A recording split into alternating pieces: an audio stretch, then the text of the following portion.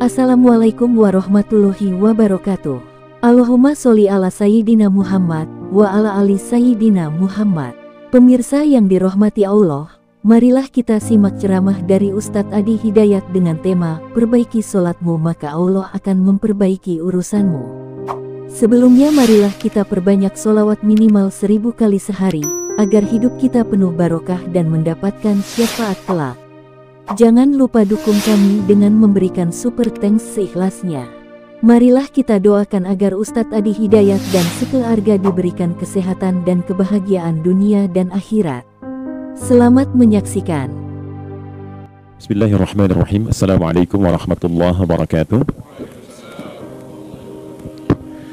Alhamdulillah wassalatu wassalamu ala Rasulillah Muhammad ibn Abdullah wa ala alihi wa sahbihi wa man walah wa ba'd. فيا عباد الله أوصي نفسي وإياكم بتقوى الله فقد فاز المتقون فلا تموتن إلا وأنتم مسلمون فقال تعالى يا أيها الذين آمنوا اتقوا الله حق تقاته ولا تموتن إلا وأنتم مسلمون. Keluargaku sekalian yang terhimpun di dalam Pertagas, Pertamina Gas, kita mengawali dengan bermohon kepada Allah semoga siapapun yang berada di ruangan ini atau terhubung dalam kajian ini, semoga senantiasa dijaga, diberkahi, dan dilindungi dalam kebaikan oleh Allah Subhanahu wa Ta'ala. Kita doakan yang bertugas di luar kota. Tadi saya dengar info juga Pak Direktur sedang di Semarang. Semoga giatnya dimudahkan oleh Allah dan semoga diberikan keberkahan. Ada satu bagian yang penting amanat Nabi di hadis Muslim pada satu sifat kepemimpinan, bahwa di antara sifat pemimpin dan yang dipimpin itu harus selalu membangun kekompakan dengan nilai cinta dan doa. Ini yang sering dilupakan. Nabi pernah menyampaikan, dan penyampaian ini, hadis ini didokumentasikan oleh Imam Muslim dalam satu kalimat yang singkat, padat tapi mengikat. Khiyaru a'immatikum man tuhibbunahu wa yuhibbunakum. Pemimpin yang baik itu adalah pemimpin yang kalian mencintainya dan ia pun mencintai kalian. Nah, membangun cinta itu salah satu jembatannya dengan doa. Oleh karena itu, di antara doa yang dianjurkan saat Anda memulai pekerjaan, itu bukan hanya untuk pribadi, lancarkan pekerjaan saya, tapi juga sehatkan pimpinan saya, pimpinan mendoakan sehatkan anggota saya, sehingga semua itu melahirkan sifat harmoni yang memberikan kenyamanan dan kebahagiaan dalam bertugas. Nah, izinkan saya mengawali dengan itu dulu, karena itu di antara sunnah yang seringkali terlupakan, sehingga bekerja itu lebih banyak dilakukan dengan tekanan menyelesaikan tugas, dibandingkan dengan rasa cinta untuk bisa memberikan nilai ibadah di dalamnya. Yang kedua, semoga sholat kita diterima oleh Allah Subhanahu wa Ta'ala. Nah, yang kedua ini tidak cukup dengan amin. Kita harus tahu dulu standar penerimaan itu seperti apa. Dan yang kedua, kenapa harus sholat? Ini poin pokoknya. Mengapa sih umat Islam itu cukup hanya misalnya dengan bersyahadat saja dipandang sudah berislam, lalu berbuat baik? Kenapa mesti ada sholat? Kenapa bahkan yang pokok sampai 5 waktunya? Dan jumlah rakaatnya pun diatur sedemikian rupa, sampai teknisnya pun dijelaskan dengan rinci. Saking rincinya, bila ada yang menyimpang dari rincian itu, maka dianggap sholatnya tidak sah dan mesti diulang. Shallu kama ra'aitumuni usalli. Sholatlah kalian seperti kalian persis melihat aku menunaikan sholat. Dan dalam sholat inilah kemudian ada sanad yang tersambung secara ketat, sampai-sampai dalam hadis Muslim nomor hadis 397. Demikian di Al-Bukhari juga diabadikan di nomor hadis 757 oleh sahabat Abu Hurairah. Sanadnya tersambung kepada Khalad bin Rafi Az-Zuraiqi, seorang yang sholat di samping Nabi tapi bermasalah sholatnya. Lalu Nabi meminta beliau untuk mengulangi sholatnya sampai 3 kali peristiwa itu, hingga beliau berkata, ya Rasulullah au kama qala alimni ma uhsinu ghairah. Ya Rasulullah, tolong ajarkan kepadaku karena aku tak punya pengetahuan lebih dibandingkan dari apa yang telah aku kerjakan. Nah, dari dasar ini melahirkan satu pertanyaan kritis, ya, dan juga perlu argumentasi yang kuat secara syariah mengapa kita menunaikan ibadah sholat. Baik teman-teman sekalian, karena waktu kita sangat padat, ya, kita manfaatkan sebaik-baiknya. Saya mohon izin, kajian kita akan lebih fokus kepada inti materi sehingga manfaatnya lebih banyak kita dapatkan. Sholat satu-satunya amalan di dalam Islam yang mencakup 4 bagian pokok dalam beragama. Jadi ketika seseorang menetapkan dirinya beragama dan ciri satu nilai agama itu bernilai benar, ya, dalam nanti kalau kita mau komparasikan atau kita riset, itu ciri pokoknya ada 4. Satu, ada aspek namanya aspek keyakinan, ya, tauhid atau akidah. Nggak mungkin kan beragama kalau nggak yakin. Ya, karena itu pasal 29 ayat kedua itu mengandung nilai keyakinan. Negara menjamin kemerdekaan tiap-tiap penduduk untuk memeluk agamanya masing-masing dan beribadah menurut agama dan kepercayaannya itu. Ya, jadi nggak mungkin kita bisa menghasilkan nilai kepercayaan dan ibadah kalau tidak ada unsur keyakinan. atau bahasa kitanya disebut dengan iman. Ya, iman itu nanti juga dipaku dalam setiap nilai kebangsaan di konteks Negara Kesatuan Republik Indonesia. Ini yang paling membahagiakan. Jadi mau jadi pegawai apapun itu syarat, ya, salah satu syarat yang melekatnya beriman dan bertakwa kepada Tuhan Yang Maha Esa, gitu kan? Ya, kemarin saya di BPK itu ada 11 bab Romawi, 40 pasal. Ya, di bab yang keempat pasal 13 tentang pemberhentian dan pengangkatan itu ada 11 poin A sampai K. Di poin B yang keduanya syarat menjadi bagian dari anggota BPK itu beriman dan bertakwa kepada Tuhan Yang Maha Esa. Baik, di Undang-Undang Pendidikan Sisdiknas nomor 20 tahun 2003 itu kalau kita baca dari poin menimbang ada 4, di poin B-nya saja sudah ada iman. Ya, Undang-Undang Dasar 1945 mengamanatkan pemerintah mengusahakan satu sistem pendidikan, ya, nasional yang meningkatkan keimanan dan ketakwaan pada Tuhan Yang Maha Esa serta akhlak mulia, baru mencerdaskan kehidupan bangsa. Ya, secara singkat, satu, agama dianggap benar kalau ada doktrin keimanan, ada akidah, ada tauhidnya. Yang kedua, ada ibadahnya.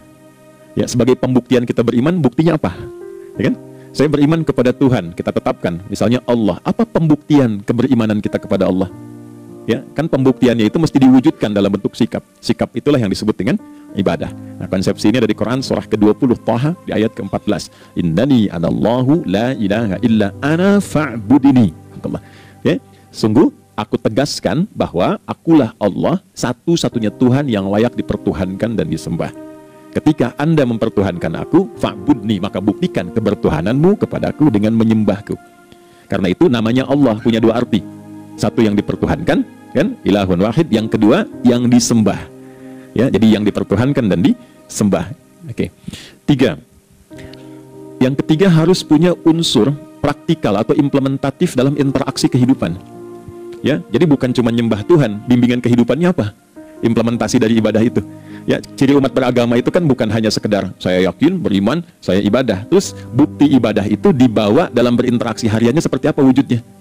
Ya, makanya ketika dulu orang itu jujur, orang itu bangga dengan kejujurannya bukan sebagai orang jujur, tapi sebagai muslim. Jadi ketika ditanya, "Kenapa Anda jujur?" "Karena saya muslim." Ketika ada seorang penggembala di Sahara yang sangat gersang, diuji oleh Umar bin Khattab, ingin diambil kambingnya, kan kisahnya viral kan? Baik ya? "Oh, tapi ini bukan punya saya. Bilang aja pada Tuhan Anda kalau kambingnya hilang satu dimakan serigala. Lantas di mana Allah?" Jawaban itu yang menggetarkan kepada jiwa. Jadi kebenaran yang diungkap dengan sikap kejujuran itu implementasi nilai beragama. Nah, jadi praktek ibadah ada di muamalah. Oke, satu akidah dibuktikan lewat ibadah, ibadah diimplementasikan dalam muamalah. Itulah sebabnya nanti seluruh bagian tubuh kita ketika digunakan untuk bersifat dan bersikap itu ada tuntunan iman di dalamnya. Oke? Misal, saya tanya begini ya. Ini mukaddimah ya, kita belum mulai nih. Saya tanya gini, apa fungsi mata? Tuh kan, sudah keliru kan? Nah, kalau hanya melihat, hewan juga melihat. Ya, coba kambing melihat, ya kan? Elang melihat. Lalu apa bedanya fungsi mata kita dengan mata hewan? Ternyata ketika kita meriset ayat-ayat Al-Quran terkait dengan fungsi tubuh kita, itu rata-rata dibuka dengan iman dulu. Quran surah 24, surah Cahaya, ayat 30 untuk laki-laki, 31 untuk perempuan. Qul lil mu'minin, ya Muhammad katakan, viralkan pada pria-pria yang menyatakan dirinya telah beriman. Yaghuddu min absarihim, gunakan pandangannya itu yang dibimbing oleh imannya untuk melihat yang baik saja menurut standar imannya. Jadi kalau menurut imannya tak baik, nggak boleh dilihat. Karena itu ketika Anda sudah mengatakan asyhadu an la ilaha illallah, asyhadu anna Muhammadar Rasulullah, kalimat itu dari lisan turun ke hati, itu jadi cahaya ke bagian tubuh kita. Makanya ketika Anda melihat, itu ada cara pandang tertentu yang dibimbing iman, standarnya beda dengan tanpa iman. Kalau nggak ada iman, semua mungkin terlihat. Tapi ketika ada iman, hati kecil Anda akan bicara, ini nggak baik. Palingkan. Nah, memalingkan dari yang tak baik menurut iman, itu namanya ghaddul basar. Oke, perempuan juga begitu, setara. Wa kullil mu'minati yaghuddna min absarihinna. Dan katakan pada setiap perempuan yang menyatakan dia beriman, maka gunakan pandangan itu dengan bimbingan imannya. Ketika tak baik menurut imannya, palingkan. Ya, Anda lihat kajian di YouTube, terus ada iklan kan? Terus menurut standar iman nggak bagus, itu otomatis akan nggak suka itu.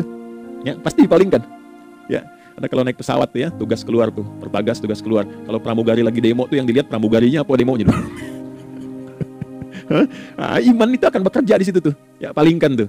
Nah, sama dari mata turun ke, jangan langsung ke hati aja, ke lisan dulu kan? Ya, ke mulut kan? Itu mulut tuh ketika digunakan fungsinya, imannya disebut dulu. Ya, Quran surah 49 ayat 11 misalnya, ya. Ya ayyuhalladzina amanu, imannya dulu. La yaskhar qaumin qaum. Ayat 12-nya la yaghtab ba'dukum ba'dha. Hai orang-orang yang telah menyatakan beriman. Kalau pakai alladzina disebutkan 1080 kali dalam Al-Qur'an, itu kalimatnya diksinya singkat, padat, mencakup semua tanpa sekat. Oke, jadi kalau laki-laki, perempuan, tua, muda, besar, kecil, beda strata, duniawi, itu semua tercakup di dalamnya. Hei semua yang telah menyatakan beriman, gunakan imanmu untuk membimbing lisanmu bertutur. Kalau masih merasa punya iman, jangan gunakan lisan untuk mencela merendahkan orang. Untuk bergibah, membuat hoax.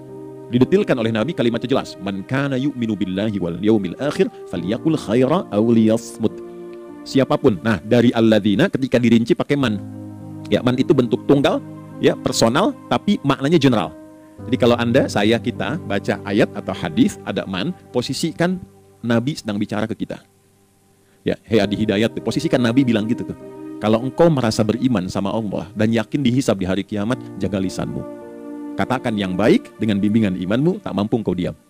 Jadi cukuplah suami istri itu menggunakan satu hadis ini, pasti sakinah itu muncul dalam kehidupan rumah tangganya. Ya, itulah sebabnya kenapa sakinah didahulukan dibanding mawaddah. Hati-hati ya, Mbak, walaupun namanya sakinah nggak ada ini nggak akan datang tuh ketenangan tuh. Ya, ada yang tahu nggak rahasianya? Kenapa sakinah duluan dibanding mawaddah? Ya, 5 juta. Ya, waktu habis karena padat sekali. Maddah jamaknya mawaddah, rasa kasih yang tumbuh dari pemberian materi. Jadi kalau rumah tangga itu ingin cenderung pada kebahagiaan, boleh berbagi dengan materi. Ya, istri cemberut, ya, Anda datang dengan senyuman, sayang, kenapa? Ya, ini emas 2 kilo, ya. Nah itu pasti sehat lagi tuh. Ya, itu mawaddah. Tapi maaf, walaupun Anda mapan bekerja, harta cukup melimpah, ruah, tapi tidak ada ketenangan di rumah tangga, tidak ada sakinah, maka hampa kehidupan rumah tangga itu. Itulah sebabnya kenapa di Quran sakinah lebih dulu dibandingkan dengan mawaddah. Saya tanya ibu deh, ibu pilih mana? Kaya tapi gelisah atau miskin tapi tenang? Oke. Saya paham itu. Saya paham. Suami juga sepakat semuanya. Ya, artinya apa? Kita nggak bisa menghilangkan unsur ketenangan. Oke, itu hanya pembuktian argumentatif ya, supaya kajiannya lebih kepada argumen. Jadi ada akidah terkorelasi dengan ibadah, implementasinya di aspek muamalah. Nah, nanti cara bermuamalahnya diatur lewat akhlak namanya. Bagaimana bermuamalah yang baik? Kan Anda, maaf ya, berekspresi kepada pimpinan dengan kawan kan berbeda. Oke, kepada orang tua dengan anak kan lain. Nah, yang mengatur interaksi kita sehingga terjalin harmoni yang baik, itulah yang disebut dengan akhlak. Nah, 4 poin inilah yang menjadi inti dakwah Nabi SAW ketika diutus oleh Allah Subhanahu wa Ta'ala. Memastikan 4 ini bisa optimal kita lakukan dalam kehidupan. Bonusnya yang kelima, selalu meningkatkan inovasi sehingga selalu mendapatkan hal baru dalam kehidupan.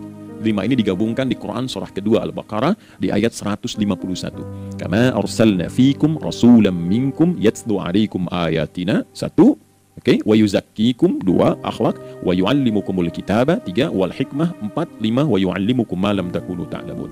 Kelima-limanya ini digambarkanlah dalam bentuk ibadah yang melatih kita sebagai pondasi awal menuju dan memantapkan 5 hal ini, yaitu sholat.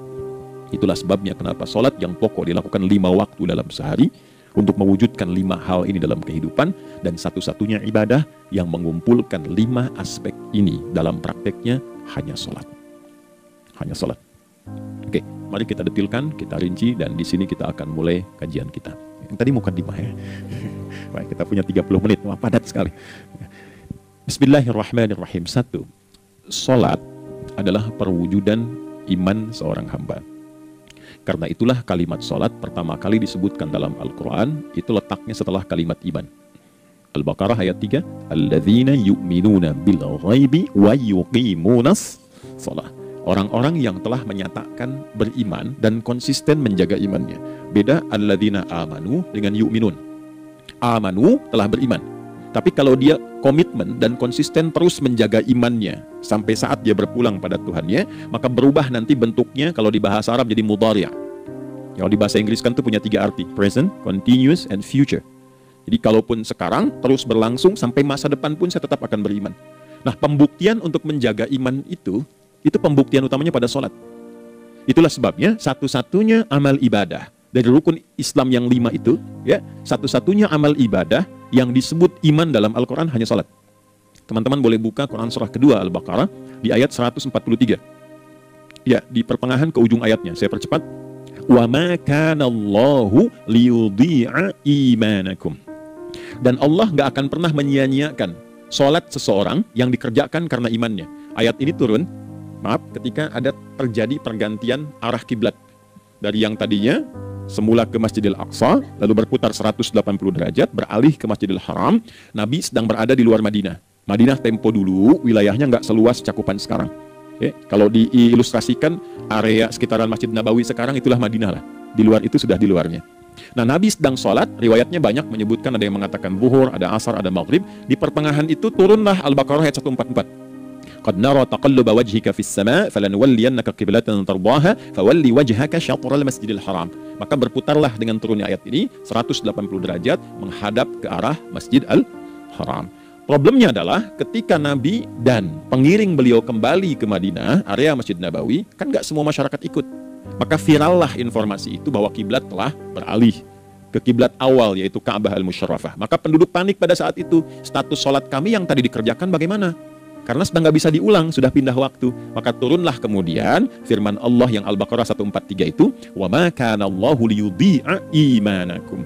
Karena engkau mengerjakan sholat itu dengan imanmu, maka Allah nggak menyia-nyiakan imanmu itu. Maksudnya apa? Walaupun arah kiblatnya tidak tahu mengarah kepada sisi yang belum berubah, tetap dihitung pahalanya sempurna karena imannya. Nah, ini nanti yang menjadi landasan turunnya Al-Baqarah ayat 115. Walillahil masyriq wal maghrib fa aina ma tuwallu fa thamma wajhullah. Kalau Anda sedang tugas nanti di lapangan, lalu sulit menemukan arah kiblat. Aplikasi susah karena sinyal nggak masuk misalnya.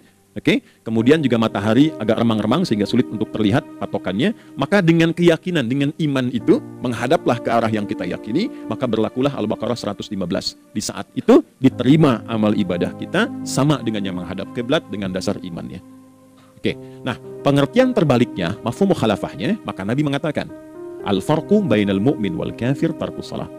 Beda antara orang yang beriman dengan yang belum beriman adalah pada sholatnya. Jadi kalau ada orang mengatakan sudah beriman dan tidak menunaikan sholat, ini artinya keimanannya belum diakui sepenuhnya oleh Allah Subhanahu wa Ta'ala. Jelas ya? Halo, kenapa sedih begini? Maaf, saya terlalu cepat nggak? Nggak ya? Baik. Jadi dalam poin ini penting pembedanya di sholat. Itulah sebabnya kenapa dari kecil kan, usia sekian, dari mulai 3 ke arah 7 tahun contohkan, ya orang tuanya sholat bentangkan sejadah. Kalau bisa, kalau anak sudah mulai suka tuh kasih model sejadah yang anak-anak sukai bentuknya. Ya, dulu ada anak saya senang model mobilan, saya tidak sebutkan supaya tidak endorse gitu ya. Dikasih sejadah dengan pola itu, dia senang tuh ikutin. Kita nggak minta sholat, dia datang sendiri. Ya, nanti setelah mulai 7 tahun kan baru diajarkan dengan baik, diajak ke masjid kalau yang laki-laki. Demikian seterusnya. Ya, mengapa dari awal dituntun seperti itu? Untuk memberikan sebuah penguat bahwa penjagaan iman dimulai dari sejak dini. Ya, tapi di Indonesia saya perhatikan kelasnya sudah advance, ya TK sudah manasik gitu. Itu satu ya, karena nanti kalau Nabi bilang begitu artinya akan terjadi orang mengatakan beriman tapi tidak sholat. Ya, makanya keras dari awal Nabi katakan bahwa pembeda antara orang yang beriman dengan yang baru klaim beriman itu pada sholatnya. Ya, pada sholatnya, mengerjakan sholat maka sah status imannya, tidak menunaikan sholat maka bermasalah imannya. Itu poin yang pertama. Yang kedua teman-teman sekalian, ibadah. Kita lanjut ya. Sholat adalah bagian pokok terpenting dari ibadah. Nah, di sini kita akan mulai membuka sedikit rahasia terkait dengan aspek ibadah ini. Teman-teman sekalian, ternyata sholat ini ketika oleh Allah diturunkan dalam Al-Quran, dalam konteks penunaian ibadah, bukan berarti hanya mengkoneksikan atau mengkorelasikan hubungannya dengan iman saja, bukan. Karena saya beriman, saya buktikan ibadah nyembah Allah lewat sholat. Dalilnya Quran surah ke-20 ayat 14. Innani anallah la ilaha illa ana. Aku tegaskan akulah Allah, nggak ada Tuhan yang layak dipertuhankan dan disembah kecuali saya. Fa'budni, kalau Anda telah menyatakan beriman padaku, buktikan keberimananmu dengan menyembah saya dalam ibadah. Bentuknya bagaimana ya Allah? Teruskan ayatnya. Wa aqimis sholata. Tunaikan sholat sebagai bukti ibadah. Itu li dzikri, sebagai zikir kepadaku. Jadi korelasi antara ibadah dengan iman sudah kita sebutkan dalilnya. Sekarang ibadahnya tersendiri ketika ditunaikan, apa manfaat dari ibadah itu? Mengapa mesti ada 5 waktu? Dan apa turunan manfaatnya dalam kehidupan kita? Kalau kita mengerjakan itu, dampaknya kepada kehidupan kita apa?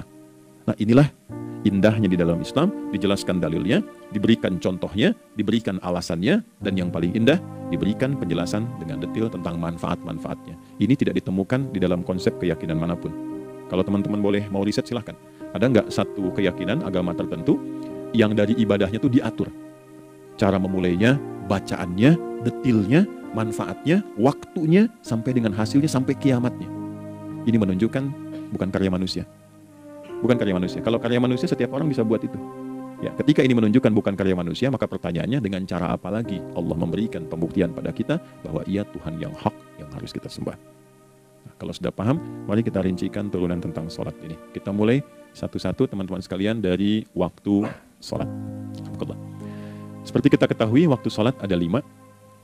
Tapi yang sering kita dapati dari yang 5 ini tidak semua orang mengetahui tentang makna dari nama dan pembagian di waktu ini. Yuk kita mulai rincikan. Sholat yang pertama namanya apa? Gak usah khawatir, menang gak dapat hadiah kalau benar. Salah juga keterlaluan. Oke, 1, subuh. Dia satu-satunya nama sholat yang punya 2 nama ya. Subuh dan fajar. Oke, Pak Fajar, Pak waktu sholat. 2, zuhur. 3, asar. 4, maghrib. 5, isya. Oke, rumus hitungannya 24, 4, 3, 4 ya. Rumus bilangannya 24, 4, 3, 4. Kalau mau tanya nomor koneksi dengan Allah, 24, 4, 3, 4, 2 subuh, 4 zuhur, 4 asar, 3 maghrib, 4 isya. Oke, pertanyaannya, apa artinya nama itu? Selama ini jangan-jangan kita hanya tahu namanya tapi tidak memahami maknanya. Itu poinnya. Oke, sekarang mari kita mulai. Izin saya tidak punya kemampuan untuk menuliskan ya, karena memang saat ini terbatas, tapi kalau diperkenankan bisa kita coba uraikan sedikit.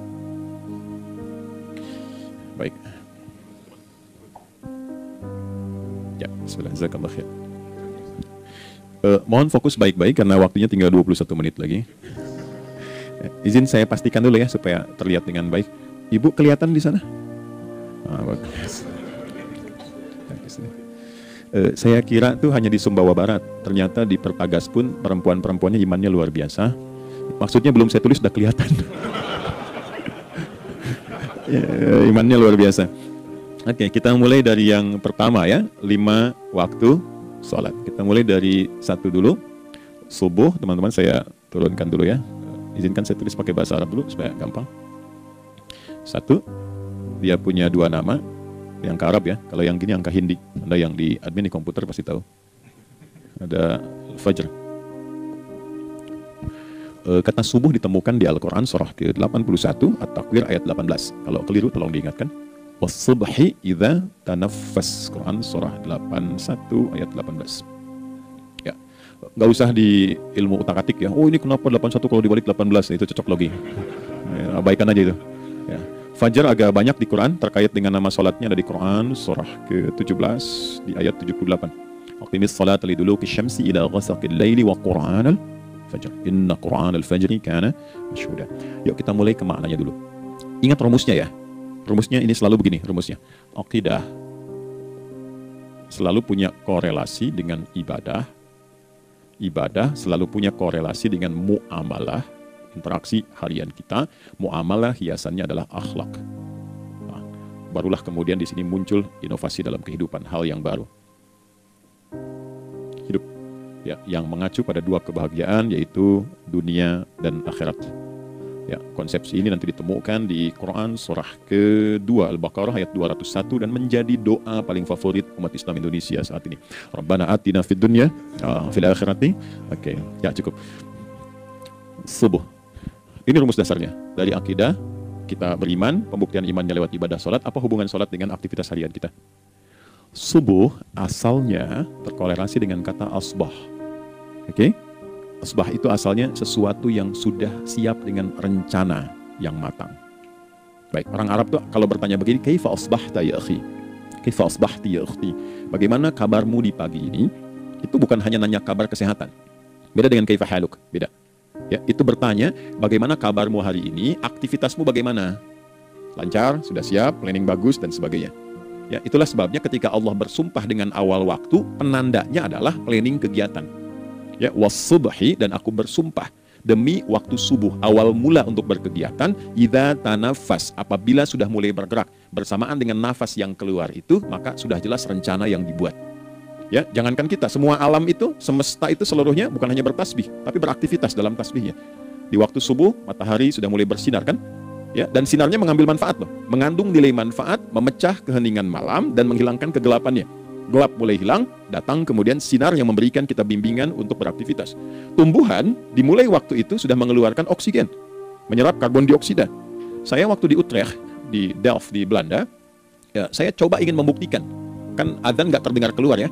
Jadi sebelum waktu subuh itu saya keluar, kebetulan flatnya waktu itu dekat area hutan yang agak rimbun, enak gitu, udaranya bagus. Itu sebelum subuh terasa karbon dioksida. Walaupun cuma beda hampir 1 menit. Tapi begitu masuk waktu subuh, keluar kesegaran yang luar biasa. Oksigen yang keluar. Ya, ini kan nggak mungkin kalau kuasa Allah tuh nggak mungkin terjadi seperti ini kalau bukan kuasa Allah Subhanahu Wa Taala. Tapi poinnya adalah yang bicara begini Quran.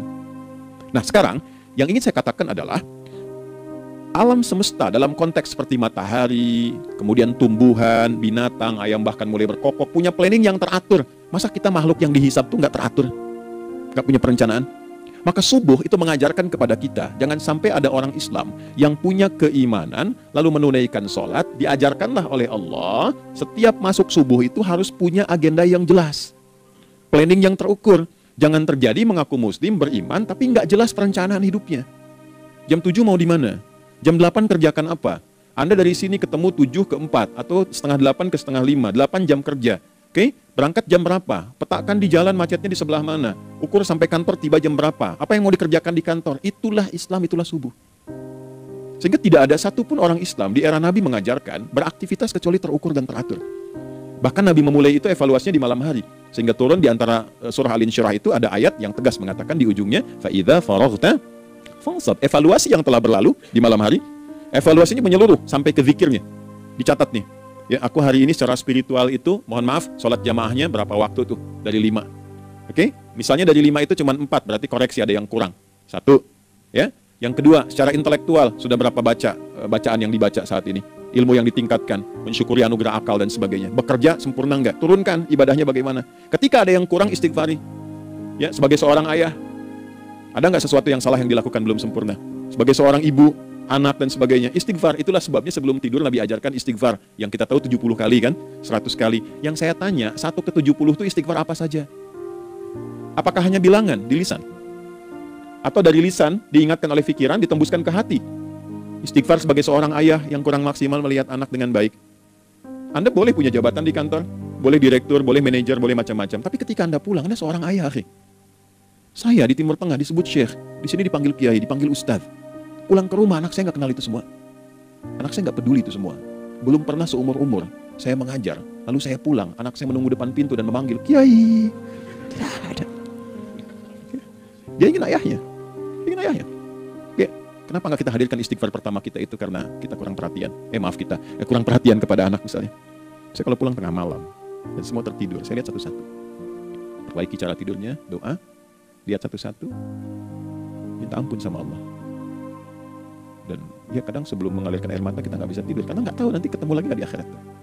Ya, itu poin yang paling penting. Nah, jadi istighfar pertama itu untuk diri kita ketaatan pada Allah, untuk diri kita sebagai anak pada orang tua, sebagai suami punya tanggung jawab istri atau sebaliknya, demikian seterusnya. Nah itu kalau sudah kita bisa lakukan, dievaluasi, direncanakan besoknya. Fa'idha faraghta fansab, direncanakan lagi yang berikutnya, besok mau ngapain, tulis malam. Kalau kita biasakan begitu, tidurnya enak. Karena nggak ada beban, damai hidupnya. Dengan teman damai kalau ada perselisihan sebelum tidur. Ya, jadi nggak ada orang mengigau itu masalah-masalah kehidupan dunia yang belum tuntas. Ini dunia saat, maaf, terjaga bermasalah, saat tidur pun masih bermasalah. Gara-gara kamu nih, kapan istirahatnya? Ya. Nah, ketika kita bangun dari subuh itu, maka rencana yang sudah kita siapkan itu, teman-teman sekalian, dibawa menghadap Allah supaya minta kemudahan, minta kelancaran, minta pendampingan, minta bimbingan. Itulah sebabnya kita dipanggil sholat di awal waktu. Supaya rencana yang sudah kita siapkan itu minta taufiknya, persetujuan dan perlindungan dari Allah. Inilah yang menjadikan rahasia umumnya para sahabat memulai berkegiatan sejak dari masjid. Teman-teman boleh riset deh, hadis-hadis tentang sholatnya, sahabat dan kaitannya dengan syuruk dan pekerjaan. Rata-rata memulai dari masjid. Mereka tungguin, evaluasi, begitu siap, syuruk, minta sama Allah, berangkat. Saya mau kasih satu rahasia ya. Boleh jadi ijazah, tapi di antara kita aja ya. Anda boleh lakukan, berangkat ke masjid itu dengan baik, terus minta misalnya, ya Allah, kau perintahkan aku untuk berikhtiar, sekarang aku lakukan. Kau perintahkan aku untuk merencanakan, sekarang aku ikhtiarkan. Mohon lindungi, mudahkan, dan berikan bimbingan terbaik untuk mendapatkan hal yang wajar, halal, baik, dan kau ridhoi. Anda berangkat. Pulang, sebelum nyampe rumah, mampir dulu ke masjid. Masjid terdekat dari rumah aja. Sholat 2 rakaat, situ. Ya, Sholatnya bisa sholat wudhu, tahiyatul masjid, dan sebagainya. Setelah itu pulang. Doa dulu habis sholat. Ya Allah, aku telah berikhtiar seperti apa yang telah Engkau perintahkan. Sekarang aku memohon rizki darimu seperti apa yang telah Engkau janjikan. Kalau dengan semua ikhtiar ini belum cukup menurunkan rizki darimu, maka mohon tunjukkan padaku saat ini dengan cara apa lagi aku mesti berikhtiar. Oke? Silahkan Anda pulang dengan suasana itu ke rumah dan lihat apa yang terjadi. Rasakan bedanya, bedakan rasanya, dan pasti terasa bedanya. Gak ada kesan yang lain pada jiwa. Jadi yang dibawa ke rumah itu bukan aura kantor, bukan aura jalan yang macet, tapi ada ketenangan, kenyamanan, dan kenikmatan. Kalau teman-teman mau pakai sunnah sahabat ini dalam dunia pekerjaan dan Anda lakukan, coba sehari ini saja, rasanya pasti beda. Ya, ini bagian pertama. Nah, ketika kita ingin datang menghadap Allah dan mulai membawa rencana kita, kan perlu isyaratnya kan, kapan dimulai? Kok bisa tiba-tiba saya bangun jam 3 langsung sholat subuh, kan tidak begitu. Ya kan? Mesti ada satu sinyal dulu, yang dari sinyal itu ada feedback pada diri kita untuk merespon, gitu kan? Nah, pancaran respon atas sesuatu yang memancar akibat satu hal yang terjadi. Kalau di gaya itu kan, kalau ada gaya gerak, gaya dorong kan? Ya, kalau nggak salah F1 sama dengan F2 kan? Nah, gaya gerak sama dengan gaya dorong. Geraknya dikit, bunyinya kecil kan? Kencang bunyinya, kencang. Terus ada F berbanding lurus dengan P, hukum Pascalnya. Gaya berbanding lurus dengan tekanan, kan? Semakin banyak gaya, semakin tertekan. Nah, respon yang muncul ketika ada satu misalnya gaya, tapi responnya sifatnya materi sifatnya. Ya, misal kalau Anda mau mengebor air, kan? Kemudian keluar, terpancar tuh dari bawah itu keluar misalnya air. Nah, itu namanya infajar. Infajar. Dalilnya Quran surah kedua ayat 60. Wa idzistasqa Musa liqaumihi faqulna idrib bi'asakal hajar fanfajarat minhu 12 aina. Nabi Musa kata Allah itu kaummu 12 suku minta mata air dan enggak tanggung, setiap sukunya minta satu, katanya supaya enggak rebutan. Maka Allah firmankan, pukulkan tongkatmu yang kayu. Lihat diksinya detil sekali. Pukulkan tongkatmu yang kayu ke batu itu, maka batu itu akan terbelah dan mengeluarkan pancaran 12 mata air. Ya, tongkat kayu dipukulkan ke batu, batunya yang hancur. Karena Musa seorang nabi, gitu kan? Anda punya tongkat emas, pukulkan ke batu, maka keluar 12 air mata. Gitu kan? Nah ini, infajar. Kalau respon yang keluar itu respon buruk. Misal, dalam nafsu, kan suka ada triggernya yang memancing respon, terus nafsu keluar kan? Ya, apa saja itu? Lihat gambar yang nggak bagus, nafsu keluar. Gitu kan? Lihat sendal bagus, nafsu keluar. Macam-macamnya. Nah itu fujur namanya. Fujur. Hurufnya masih sama, cuma bentuknya berbeda. Fa, jimnya masih ada waw, ada ra-nya. Fujur. Quran surah 91 di ayat 7 sampai 10, wa nafsin wa ma sawwaha fa alhamaha fujuraha wa taqwaha. Fujur tembus ke nafas, nafas memerintahkan yang buruk disebut su. Nafas ketemu su jadi nafsu. Makanya nama lain fujur itu nafsu. Dalilnya Quran surah 12 ayat 53. Wa ma ubarri'u nafsi innan nafsa la'ammaratun bis-su. Ya, la'ammaratun bis-su'i illa ma rahima rabbi. Oke, nafas ketemu su. Teruskan. Tapi kalau pancarannya pada sifat yang baik, oke? Membelah sesuatu yang gelap menjadi baik, terbuka, memancarkan respon panggilan yang baik, maka berubah katanya menjadi fajar. Oke? Matahari diperintahkan oleh Allah, diperintahkan membelah kegelapan malam. Keluarlah sinar pertamanya, disebutlah fajar. Kenapa? Karena ada respon kebaikan keluar darinya. Baik, perhatikan baik-baik. Quran surah kedua ayat 187. Wa kulu washrabu hatta yatabayyana lakumul khaytul abyadu minal khaytil aswadi minal fajr. Itu untuk matahari. Kita lagi tidur enak-enak, sudah nyiapin rencana malam-malam, tiba-tiba ada panggilan, Allahu Akbar, Allahu Akbar. Itulah tandanya hati kita mengkonfirmasi iman kita dalam diri kita. Cepat, sudah adzan. Pernah begitu? Nah, konfirmasi itulah dalam bahasa lain yang disebut dengan fajar namanya. Datang. Jadi waktunya matahari membelah disebut dengan fajar, konfirmasinya pun disebut dengan apa? Fajar. Ya, jadi bersamaan waktunya dengan dua hal itu, datanglah panggilan. Itu yang dimaksud Quran, hubungan iman dengan konfirmasinya sampai ke sholatnya ada di Quran surah 8 ayat 2. Innamal mu'minuna iman. Alladzina idza dzukirallahu adzan. Wajilat qulubuhum iman. Jadi begitu ciri iman itu ada dalam jiwa, dipanggil lewat adzan, kan? Allahu Akbar, langsung merespon, ya Allah sudah adzan. Walaupun setelah adzan ada lagi getaran, baru adzan belum qomat gitu kan. Nah, misal ya. Nah, tapi inilah fajar. Jadi maksudnya rencana Anda ini agak jarang dibahas ya. Mohon maaf, ilmu ini agak jarang. Jadi jangan Anda bilang saya bid'ah, bukan. Ya, bukunya ada, referensinya ada. Cuman karena jarang dikaji, jangan sampai kekurangan pengetahuan menghukumi yang tahu jadi salah gitu. Ini poinnya. Jadi saya kalau bahas satu masalah itu bukunya saya kumpulkan. Tafsir awal sampai akhir yang ada apa, buku-buku tentang sholat apa, baru kita keluarkan. Jadi bagian topik-topik tertentu yang dibahas. Problemnya ketika membahas tentang ibadah cuma dua. Satu tentang bacaan, doanya apa. Yang kedua tentang gerakan, bagaimana mengerjakannya. Yang ketiga jarang dibahas, hikmahnya apa. Padahal rumus dalam ibadah itu dalam fikih tiga-tiga mesti dipakai. Jadi Quran surah kedua ayat berapa? Ayat 129. Rabbana wab'ats fihim rasulan minhum yatlu 'alaihim ayatika ini wa yu'allimuhumul kitaba ini wal hikmah ini.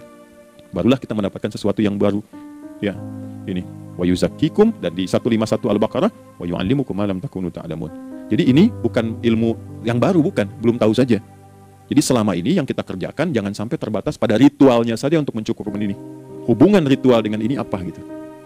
Ya, jadi subuh ini mengkonfirmasi bahwa ada satu keteraturan dalam kegiatan kita. Ya, alhamdulillah. 2, siang. Oke, setelah subuh, fajar, salat apa? Zuhur. Oke, saya tanya pada Anda, zuhur itu artinya apa? Sudah, cukup katakan Allahu a'lam. Waktunya terbatas ya. Sahabat ditanya nggak tahu Allahu a'lam. Anda sahabat bukan, tabi'in bukan. Zuhur. Waktu tinggal 4 menit lagi. Oke, teman-teman, kalau kita jeli, ini kan sholat dikerjakan di siang hari kan? Siang itu bahasa Arabnya nahar. Naharun itu siang. Tapi kenapa sholatnya zuhur? Kok nggak sholat nahar gitu? Ya, lohor, jadi paksain tuh. Zuhur, lohor. Ya. Terus sore, biar nyambung cepat. Sore, bahasa Arabnya kan masa. Masa al-khir, selamat sore. Kenapa kok sholatnya asar? Kok sholatnya namanya asar? Oke? Maghrib, isya. Isya kan malam kan? Kenapa nggak lail? Lail itu kan malam. Kalau ada yang istimewa di malamnya, itu lailah namanya. Makanya ketika turun Al-Quran disebut Lailatul Qadar. Karena malamnya istimewa. Beda, lail dengan lailah itu beda. Lail itu waktu malam, lailah ada yang istimewa di malam itu. Ya, jamaknya lail, layali, lela, lili, lala, itu malam. Ibu lili, ibu malam-malam. Ya. Zuhur artinya jelas, terang. Ada idhar, dibaca dengan jelas, terang, gak boleh dengung. Man amana, itu kan? Ya, min husni, harus jelas. Ya, ada a, jelas. Zuhur kenapa disebut zuhur? Untuk evaluasi kegiatan kita dari setengah hari. Sudah jelas belum hasilnya? Yang Anda punya rencana di sini, evaluasi di siang. Jelas gak hasilnya? Pekerjaan Anda yang sekarang diamanahkan dari pagi jam 7 sampai sekarang, evaluasi dulu. Dicek, jangan cuma ditinggalkan. Oke, saya sedang kerjain, tinggalin dulu sholat, bukan begitu. Ketika akan sholat, Anda cek dulu, dari ke siang itu tengah hari, bagaimana hasilnya? Ada yang perlu disempurnakan gak? Ya, ketika ide-idenya mulai mentok, ada yang belum selesai, datang dulu sholat, tenang lagi. Saat tenang itulah dirumuskan kembali pelan-pelan. Kan lumayan dari jam 12 sampai jam 1. Diisi dengan baik, dilihat. Itu baru dunia ini. Kan kita ngejar ini juga. Karena nanti ayat 200-nya, ada yang cuma ngejar ini. Wa minan nasi may yaqulu rabbana atina fid dunya. Bukan, kalau nggak hafal diam aja. Wa minan nasi may yaqulu rabbana atina fid dunya wa ma lahu fil akhirati min khalaq.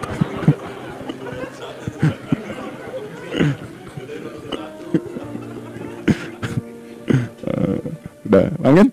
Dan di antara manusia ada yang fokusnya hanya dunia yang dikejar, sehingga nggak kebagian akhiratnya. Padahal dia tahu dia mau pulang.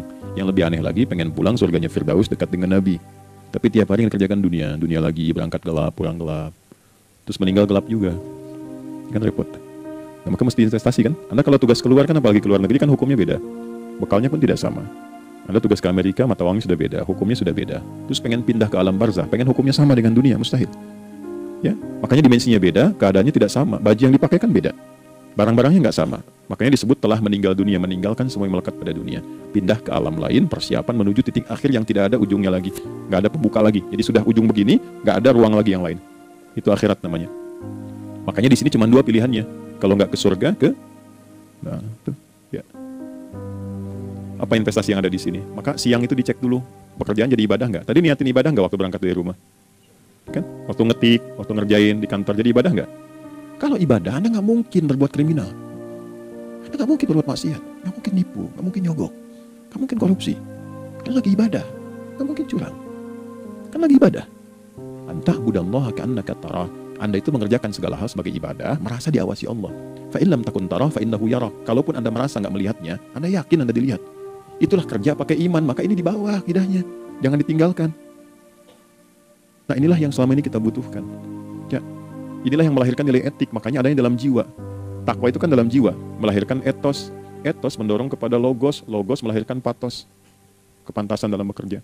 Jadi Anda sekuat apapun ilmunya, kalau nggak punya etos, itu rusak. Jadi tidak cukup akal sehat. Jiwa yang sehat itu lebih penting. Banyak orang akalnya sehat. Ingat, akal itu tidak memberikan perintah. Dia hanya merumuskan satu instruksi dalam jiwa supaya mudah dilakukan dan dieksekusi oleh fisik. Jadi akal yang sehat itu seberapa pandai ilmunya, seberapa cepat mengeksekusi perbuatan. Tapi kalau yang dieksekusi itu dari perintah nafsunya, masalah. Habis aja waktunya tuh. Ini gimana ini? Tolong jawab loh. Nah, teman-teman, karena sudah habis waktu jam 1, kita baru zuhur ini. Nah, yang paling menarik itu gini, yang paling menarik, kalau ada orang belum sadar sampai zuhur tentang akibat kehidupan ini, maka muncullah asar. Apa asar itu? Kenapa mesti disebut dengan asar? Dan apa manfaat istimewanya asar kepada jiwa kita? Itu di kesempatan lain kita akan bahas. Teman-teman, waktunya sudah habis ya. Saya menghargai Anda, kan tidak boleh juga saya ngajarkan tapi mengambil yang sesuatu yang tidak tepat ya. Kita buktikan keimanan kita dengan mengerjakan amanah pekerjaan di tempat ini dengan baik, waktu digunakan dengan baik. Kita saling mendoakan supaya semua kita dijaga oleh Allah Subhanahu wa taala. Maafkan saya, lain kesempatan kita berjumpa kembali.